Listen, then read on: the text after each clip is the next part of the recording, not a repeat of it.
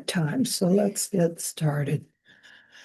So I've been invited to talk to y'all about female issues, I guess would be the topic.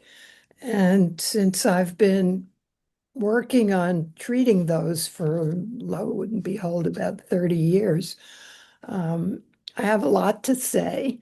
I hope it's relevant to your situation. And I'm just going to talk for a while and then I'll ask for questions. So I think the topic that's most on top of the list right now is the problem of infertility. And apparently, fertility rates in this country have been declining by about 1% a year for the last 30 years. And now in vitro fertilization and fertility clinics are all the thing. And everybody seems to be needing interventions in order to get pregnant. And getting pregnant should be the most natural and easiest thing in the world. But of course, it's not. So just let's explore the topic a little bit. So, getting pregnant requires, of course, a male and a female, one cell from each. The egg cell is 100 times bigger than the sperm cell and carries most of the energy making mitochondria. In fact, all of them. All of your mitochondria come from your mother, your grandmother before her, your great grandmother before her. So, really, mitochondria for the human race are all carried by the female side. And we there are so many problems that can occur when generating energy that production of an egg cell or a sperm cell can really be impaired. We have an awful lot of toxic chemicals in the environment that never existed before.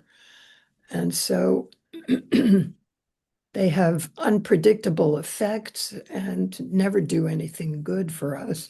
And then the fact that we have tens of thousands of them and we don't know how they interact or what they're doing. So, for somebody who might ever consider getting pregnant, the best thing you can do right now is to find out where the toxins are and stay as far away from them as you can.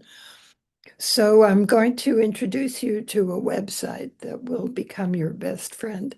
It's called EWG.org. It's the Environmental Working Group.org, EWG.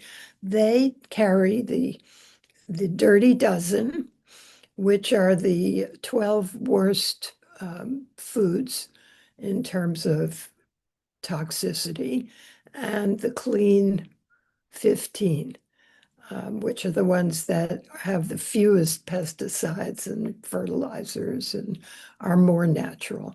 So, just to make the point for the first time, and certainly not the last, eating organic is worth the money.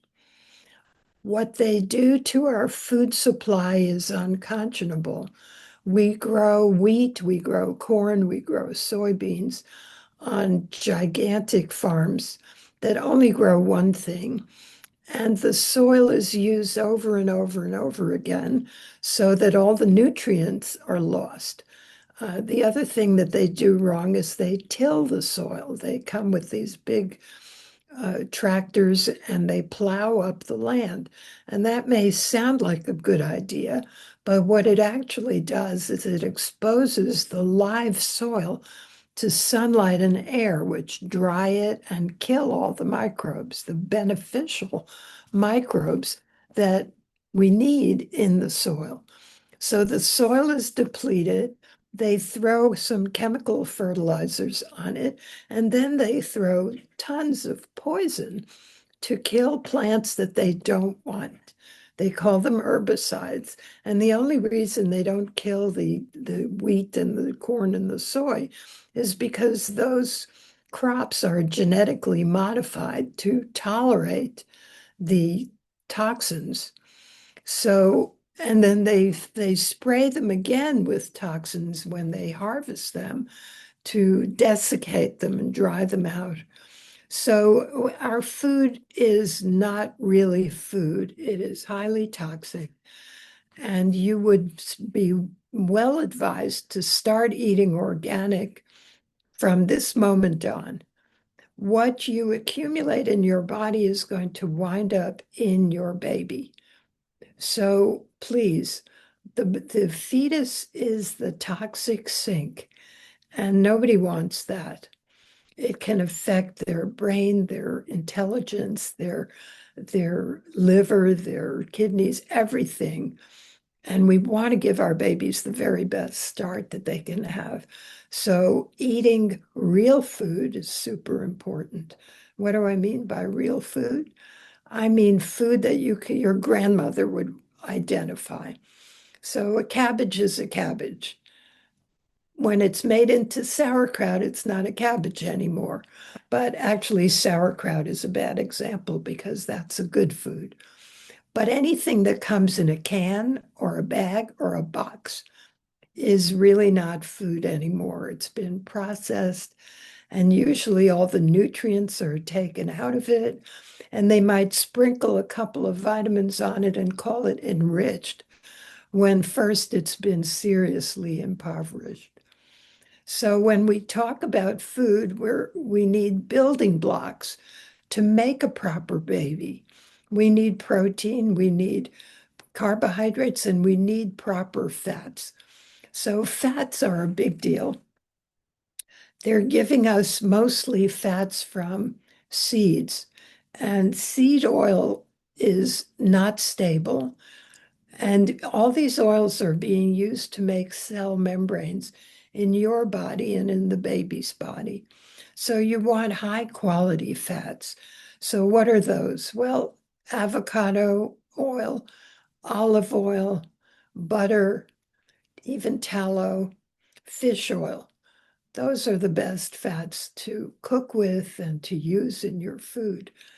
Um, Mostly extra virgin olive oil has lots of health benefits. It has polyphenols that speak to your DNA and keep you from getting inflamed. These seed oils are very inflammatory, and they make stiff cell membranes that don't respond to hormones. And then along with these nasty seed oils, you're getting a ton of carbohydrates, which then require a ton of insulin to push them into those cells with the stiff cell membranes. And insulin resistance ensues. And once you have insulin resistance, you're on your way to becoming diabetic. So managing your carbs, using proper oils, and eating lots of clean protein. So what is clean protein? It comes from clean animals. So pasture-raised eggs, um, and wild game is probably the best protein you can get. But barring that, grass-fed beef and wild-caught salmon, fish can be highly contaminated with mercury, and especially the larger fish that eat small fish concentrate mercury in their bodies. So heavy metals will ding your energy for sure. And our bodies are not designed to deal with heavy metals because they don't exist in nature. We created them during the Industrial Revolution, and now we're surrounded by them. So mercury is one, lead is another you know about. Cadmium is a toxic metal.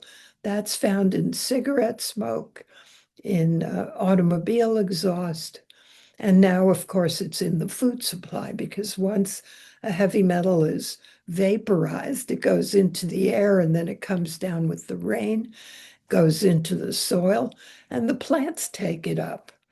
So you can't avoid it, but it can be removed from the body through a process called chelation therapy, which we're not going to get into that now. But if you are planning to get pregnant within the year, seek out someone who can help you do chelation, either IV or by mouth. And if you're doing it by mouth, it takes much longer, but it still can be done. Some of the foods that you can use to chelate out heavy metals are chlorella and blue-green algae. Parsley is a good one, chlorophyll, alpha lipoic acid, and others. So there are pharmaceutical chemicals that are chelating agents. So don't think you don't have any. If you grew up in this country or in this world, you have heavy metals. In fact, they've found mercury in the milk of Lapland women. So that you would think the Arctic Circle would be the cleanest place on Earth, but they've got it there too. So get yourself checked or start eating those foods that I mentioned and get rid of the heavy metals before your baby sucks them out of you. Um, Besides toxic metals, pesticides and herbicides are killing not just the soil bacteria, but the bacteria in your gut. So pay attention to your gut symptoms. If you have uh, chronic bloating, or you're not having a bowel movement every day, or you're having too many a day, loose stools, bloating, gas, heartburn, these are all signs of a disordered gut microbiome.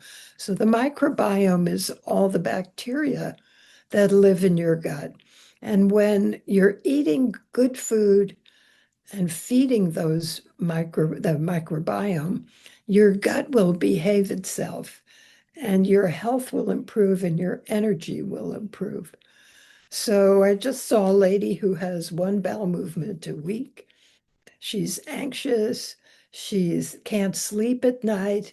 She's got headaches. She's got joint pains. All of those things are signs of toxicity. So be aware of your symptoms. It is not good enough to take symptom relief, um, because what you want to do is attack the underlying problem, which in this case, we're talking about toxicity. It would be helpful to get a water filter for your house. If you can afford a whole house reverse osmosis filter, that's the ideal. But even just in the kitchen sink, so you can detoxify the water before you drink it or cook with it, that's extremely helpful. Otherwise, use purified water of some sort. When you put water in plastic bottles, it will wind up with plastic particles in it. And it is estimated that we are eating a credit card's weight in plastic nanoparticles every week. This can't be good for us. It winds up in your tissues, in your brain. And again, the body wasn't designed to deal with plastics. So try to keep them from getting in the first place. The furniture in our homes, especially new furniture, new flooring, new carpet, will outgas chemicals for a long time. So maybe get used furniture and put that in your home, or put things outdoors and let them air. Do not dry clean your clothes. Dry cleaning fluids are notorious for causing neurologic problems, specifically Parkinson's disease, and we don't know what they do to the babies. So stay away from dry cleaning. Try to get clothing that is of natural fibers, not polyester. I know it's pretty and it's cheap, but it also flakes off and you breathe it and it gets into your skin. And if you are trying to clean up your body to one day house a baby, um, start wearing cotton or linen or wool. Not in Florida, but cotton is a good option. So mycotoxins are toxins that are associated with mold. And here in Florida, a lot of homes have water damage, and those homes almost invariably have mold. So see that your home has been inspected properly, make sure you don't have mold in there, and then test your own self to see if you have mold toxins, which just requires a urine test. It's not a big deal. So then we have to talk about polychlorides, polyvinyl chloride toxins, which are hormone disruptors. And we find them in plastic linings in cans uh, with food or drink inside it. So cans are a no-no. Soda is a no-no. Um, and actually, those receipts that they insist on giving you in the convenience store, or the fast food joints, or wherever, are coated with PCBs. So just handling receipts can be a big problem. And, I'm seeing a lot of young people with hormone issues, even young men with no testosterone. And I'm convinced that it's from these toxic chemicals that are that are dinging your hormone receptors. So clean your act up. And if you work in a place that you have to hand out receipts all day, please wear gloves. Cotton gloves would be best, but you're probably going to be wearing plastic gloves, and that can be its own problem. So, we're talking about pregnancy. If your periods are regular, that's a good sign that your hormones are working correctly. If your periods are heavy, if they're too frequent, or if they're infrequent and too light, you want to have your hormones checked by somebody who knows what they're doing. And sadly, most OBGYNs are not taught very much about hormones. They don't understand what can go wrong. And their answer for everything is to put women on birth control pills. Of course, that's not the strategy for getting pregnant, but it's what they do if you're having irregular periods. And what you really need to do is figure out why.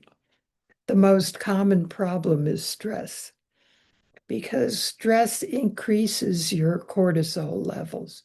And cortisol will bind to the progesterone receptors, and then your progesterone won't work. And you'll be weepy a lot, you'll be moody a lot, you'll be gaining weight and not know why. Hormone imbalances are probably the most common cause of psychiatric illness in women. It's really not psychiatric illness, it's too much stress and it's too little grounding. So, what do I mean by that? Well, stress hormones come from the adrenal glands, and they're meant to be pumped out if you are confronted with a threat. So when our ancestors were hunter-gatherers, there were beasts out there that could eat you, and you had to be strong and fast to get away from them. And that was when cortisol would rush into your bloodstream, raise your blood sugar, get your muscles primed for action, and shut down your digestion. So nowadays, our stresses are more chronic. We're worried about paying the bills. We're worried about what our boss is going to think. We're worried about our our loved ones and so many reasons. And we don't learn how to relax.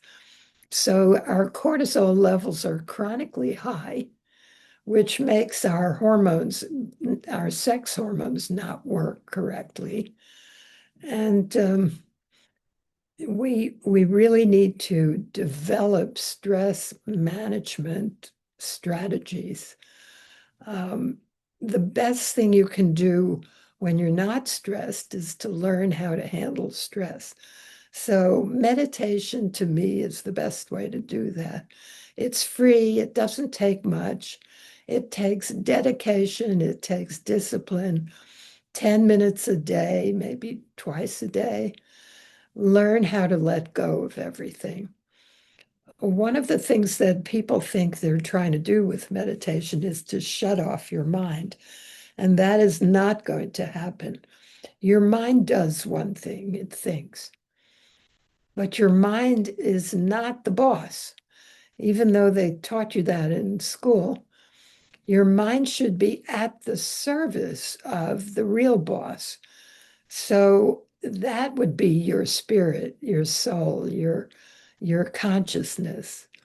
And your consciousness is always the same. It was the same from the moment of your birth until the moment of your death. The mind is just a power tool. And sometimes we think that it's the one in charge. And then you've got a chainsaw out of control. So learning to meditate means learning how to detach from your thoughts and let your mind go on. So it's kind of like watching the clouds go by. You don't have to ride on the clouds or get stuck in them. You just watch them go, and you know there'll be another one behind it, and you're the observer. So that's the goal of meditation. Another way to learn stress management is to go in nature. Go take your shoes off, please. Make sure there aren't ant piles in your yard, and then go walk on the grass or walk on the beach and connect your skin to the ground. Because what you're doing then is you're actually balancing your electrical charge. We are electrical beings, we're energy beings. And one of the biggest reasons for anxiety is that we're not grounded. We never touch the earth. We never lie down in the grass. I was up in Michigan a couple weeks ago, and they have grass that's friendly. Here in Florida, the grass bites and there's all kinds of things, but you can still put a blanket down on the grass and lie on that, especially if it's a cotton blanket or a towel. It will conduct the electrical current from the earth to your body and back down again. When you wear rubber-soled shoes, you are insulated from the ground. And so all that nervous energy builds up in your body. So anxiety and depression are modern epidemics, and most young people suffer from them at some time or other. So learn how to handle your stress before you're in a major stressful event. And then you'll know what to do. Return to your breathing, to use your breath to center yourself. Learn how to do that in any situation. Learn how to detach and give yourself time to think through what your response should be instead of letting circumstances push your buttons. Your buttons were installed there by somebody else, and you can detach the wiring from your buttons, and then nobody can bother you unless you allow them to. So grounding and walking barefoot, very important things to do. Sleep is very much underestimated in this country. In other countries, they take off 2 hours in the middle of the day. They go have lunch and then they take a nap and then they go back to work. And their attitude is different. Their attitude is better, changed. If you're not getting enough sleep, you are not recovering your adrenals from the day's stress, and your hormones will suffer, and you may have a problem conceiving. So please get in the habit of going to bed at a decent hour, the same hour every night. We're meant to go to bed when the sun goes down. We're meant to get up when the sun comes up. I'm not saying everybody needs to do that, but try to be consistent. Go to bed the same time. Don't have your screens on. Make sure your Wi-Fi router is far away from where you sleep, and don't take your phone to bed with you. Turn off all the screens an hour before you go to bed. Take a hot bath with magnesium Epsom salts and let your body just relax and recover. And then learn how to get restful sleep. So we've talked about food, we've talked about um, toxins, we've talked about anxiety. So at a certain age, which might be as early as 35, usually it's more like 45, the hormones start going away. And the first thing that happens is a woman stops ovulating every cycle. And if you don't ovulate, you don't produce progesterone. And remember, progesterone is the anti-anxiety hormone. It's the one that goes away first. And when you go to your doctor and say, Doctor, I don't know what's happening. My periods are getting funky. I cry at ads on television. My moods are terrible. My family runs away when they see me. You're probably in perimenopause. The answer then is get some progesterone, and that'll keep you going with periods for another 5 to 10 years. So perimenopause is a tough time. So is puberty. When those hormones are first cranking up or when they're starting to wind down, I feel sorry for the dad in the house who's got a perimenopausal wife and a pubescent daughter, because that can be a pretty chaotic time. But the answer to both of those problems is usually progesterone. So progesterone is a safe hormone. It doesn't cause cancer. In fact, it's anti-cancer. And if you start it during your perimenopause, you get to keep your girlish figure. If you wait too long, you're going to get that tire around the middle look. And that's really hard to take off. It can be done, but it's better to start the hormones early, even when you're still menstruating. And a knowledgeable practitioner can teach you how to do that. So I'm going to let you guys ask questions now. Uh, and I'll see if there's anything else that comes to mind right now. You can Hi, put, doctor. I have a question. yes, okay, Hi, I'm Natasha. Natasha. Nice to meet you. Thank you so Thank much you. for doing this today. Do you find that there's benefit, and I'm sorry if you've covered this already earlier, but do you think there is a lot of benefit to obviously to switching everything in terms of cleaning supplies at home, laundry detergent, like even beauty products, everything of that sort to something organic or just like, anything else to be looking out for? Because I would think, I know there's a lot of that going on too. So, Thank you for that. You are absolutely correct. It is crucial to avoid toxins as much as you can. And you will be amazed when you look these things up, the kind of stuff that they put in these cosmetics that you're rubbing on your skin every single day, they do get absorbed. So it is worth the extra money. find a product line that you like.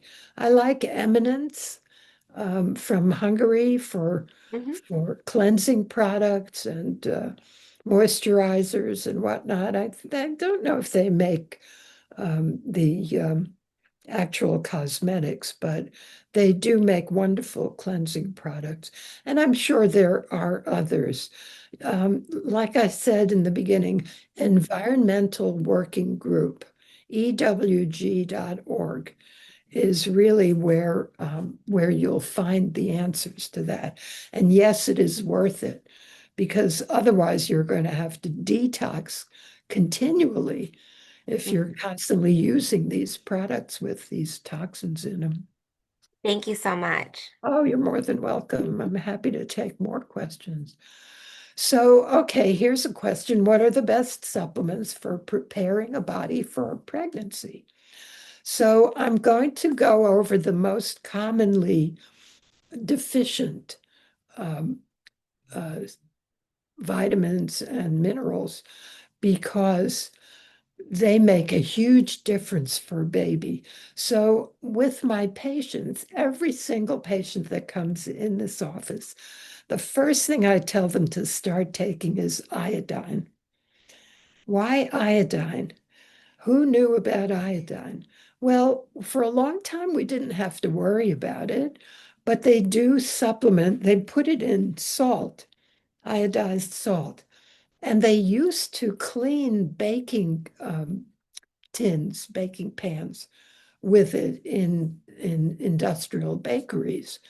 But now they've stopped doing that and they're using bromine instead, which is toxic. So iodine is super important for your thyroid. Without iodine, you can't make proper thyroid hormone.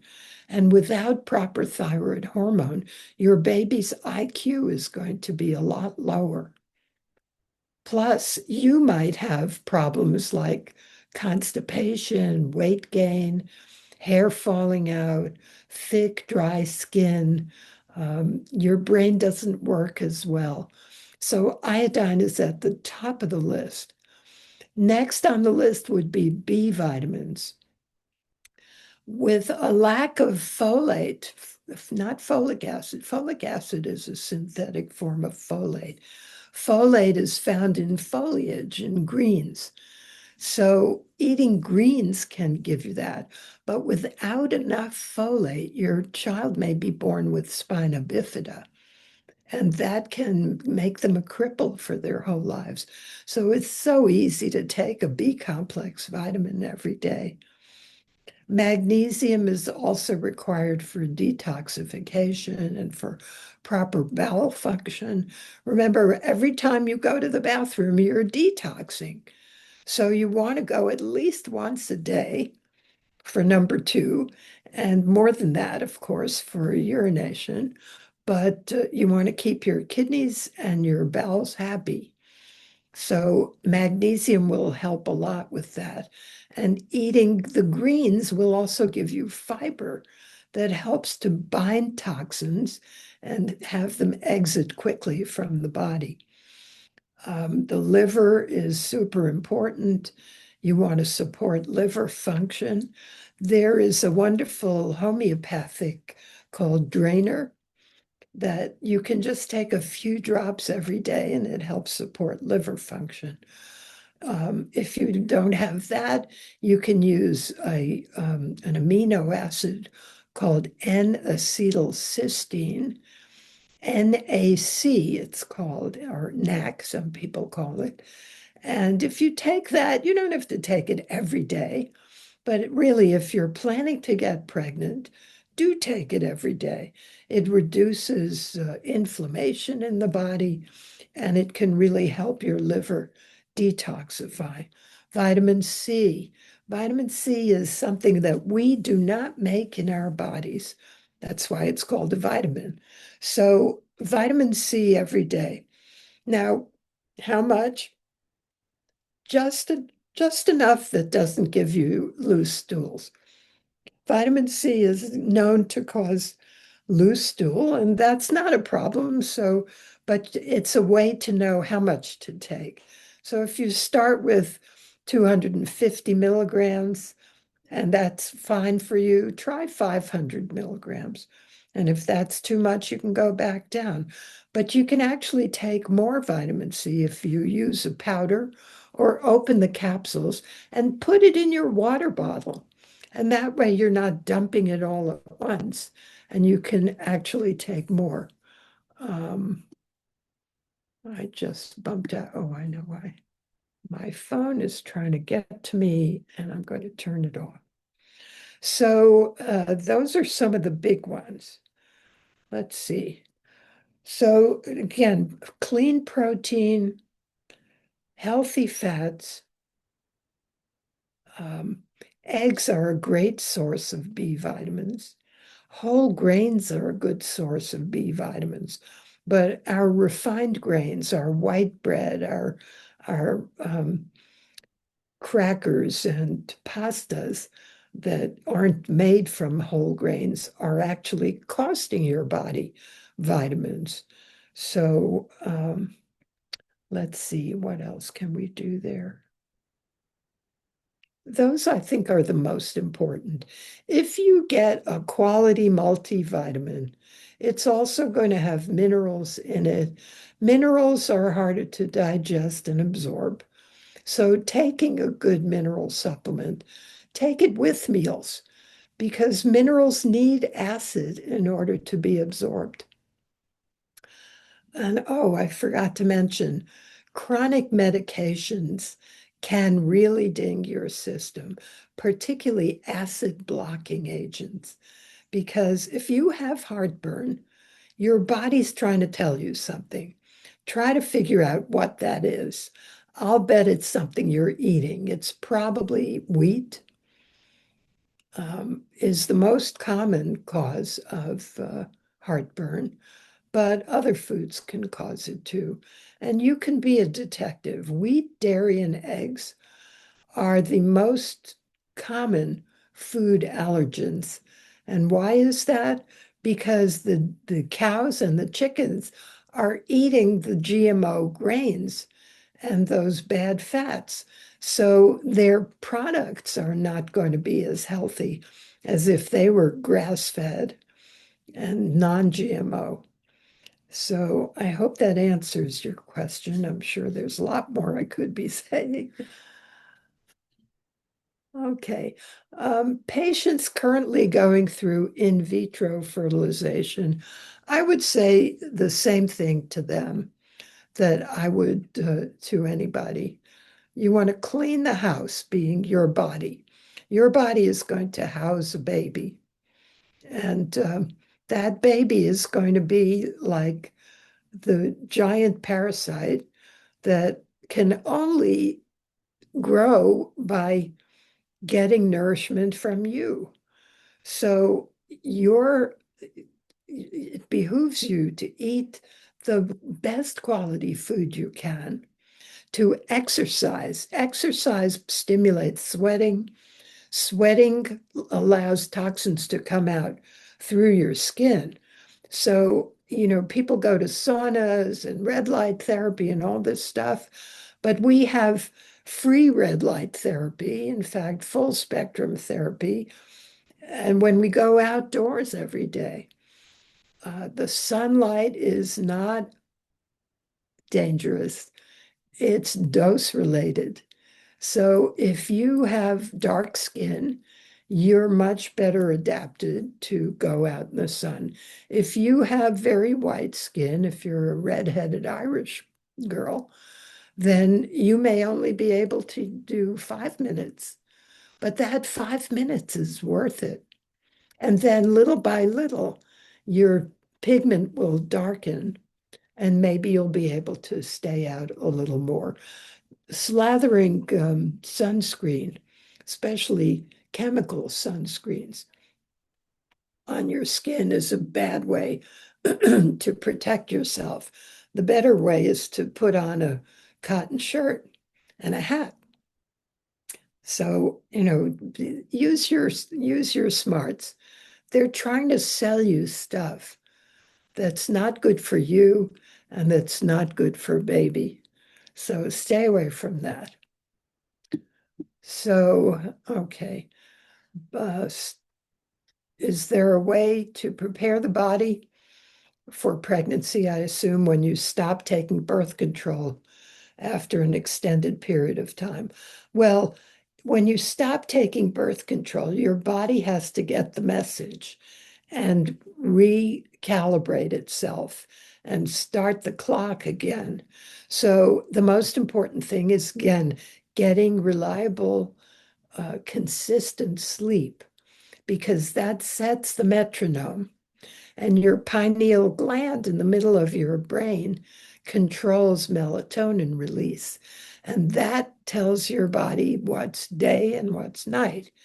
And then the ovaries and the pituitary, the hypothalamus will wake up after probably takes weeks to months to get your cycle reestablished.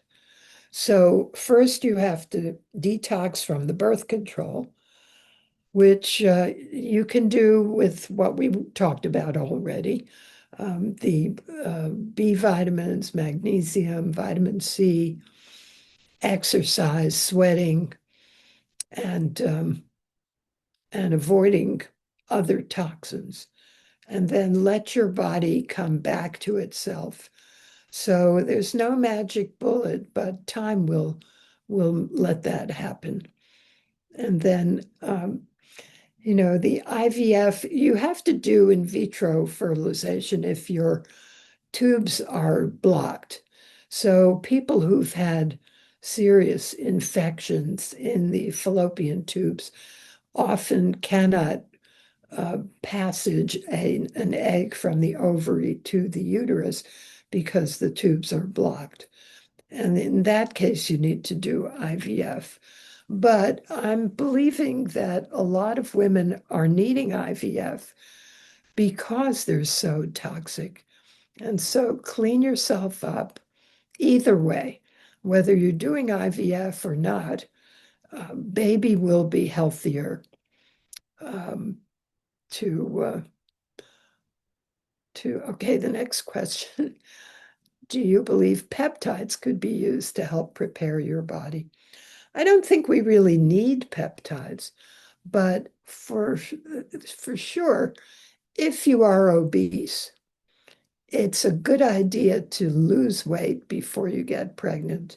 And I believe that the semaglutide, GLP-1s, GLP-2s, threes, whatever, the Ozempic and tirzepatide and retatrutide can be extremely helpful.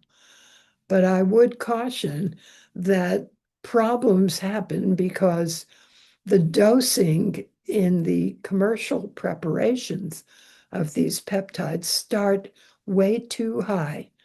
They want everybody to get results, so they start them at too high a dose.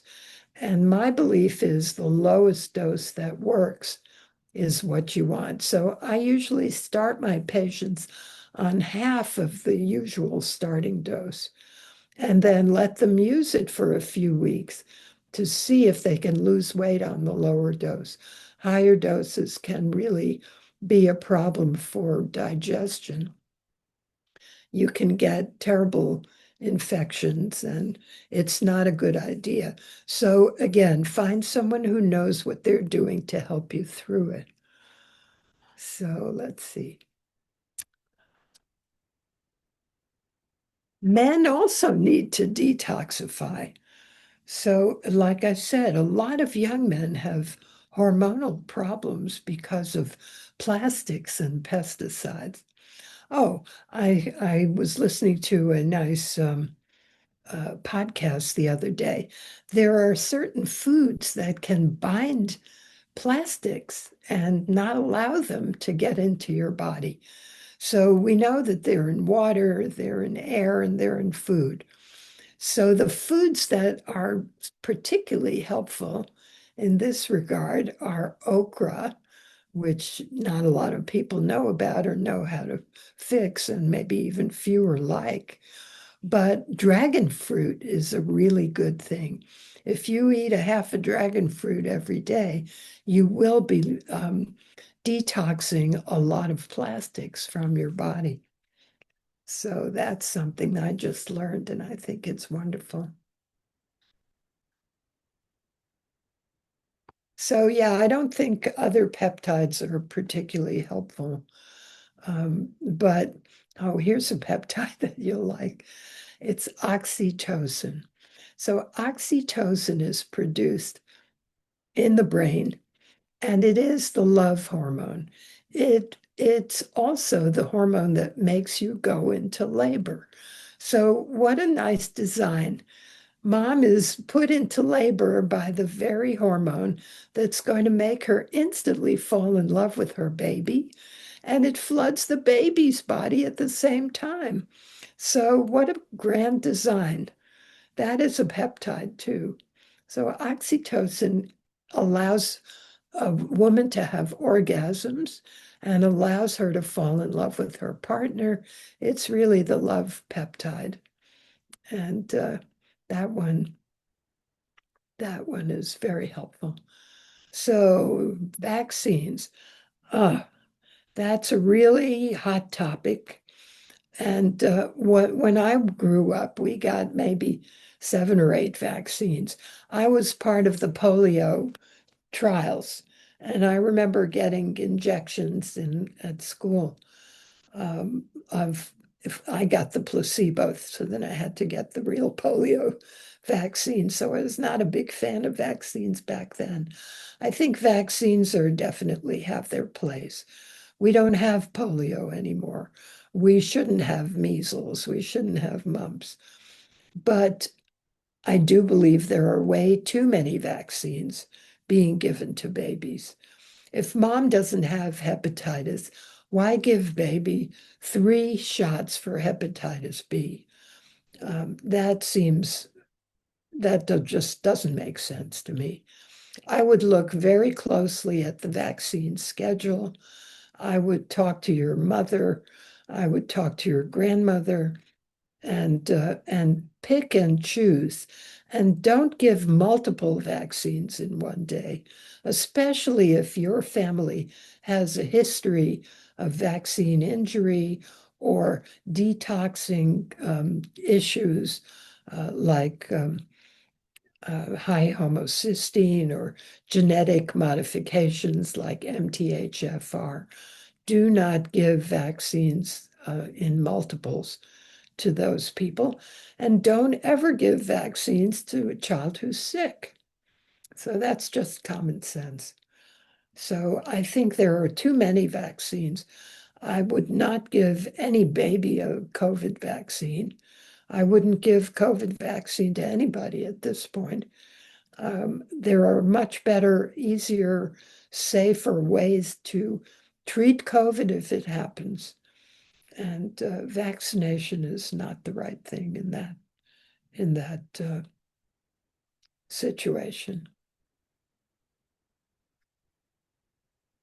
So, good questions.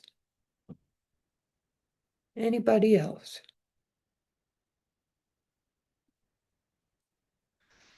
Yeah, so there's so much to know, but basically, you want to improve your own health to the highest degree that you can because you'll be nurturing this baby for 9 months. And what you eat and what you do with your life is super important. So let's recap. Organic, good food, whole foods, not processed, ultra processed, or just simply tasty foods. You want real food that's grown organically. You want clean water.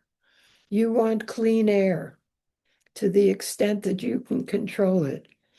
You want natural fibers on your body. You want sleep when it's time to sleep and wake up when it's time to wake up and do your exercise at least 5 days a week, even if it's just a 10-minute walk, best to do after a meal. That helps your meal digest. And you don't want to do heavy exercise after a meal, but just light, they call it exercise snacks. And I like that idea because if you don't have a gym membership or you can't do heavy duty exercise, you can do exercise snacks. Drop to the floor and do 10 push-ups and then do 20 and just improve your situation little by little. Stress management, time in nature, time out, rest your mind, put your mind on the side and just enjoy yourself. Pets can really help. They have a way of showing you what is natural and what isn't. And they give you unconditional love, which all of us can use. So where are we now? Okay. I have really enjoyed talking to you all and the ones that will watch this later. And I hope we've covered enough, at least to get you started. But really look for a holistic practitioner. Look for a doctor who listens to you. Um, Maybe it's a chiropractor, maybe it's a nutritionist, maybe it's a nurse practitioner, or maybe it's a holistic doctor. So thank you all for coming, and I appreciate you, and I wish you the best of luck. And we'll talk again. Bye for now.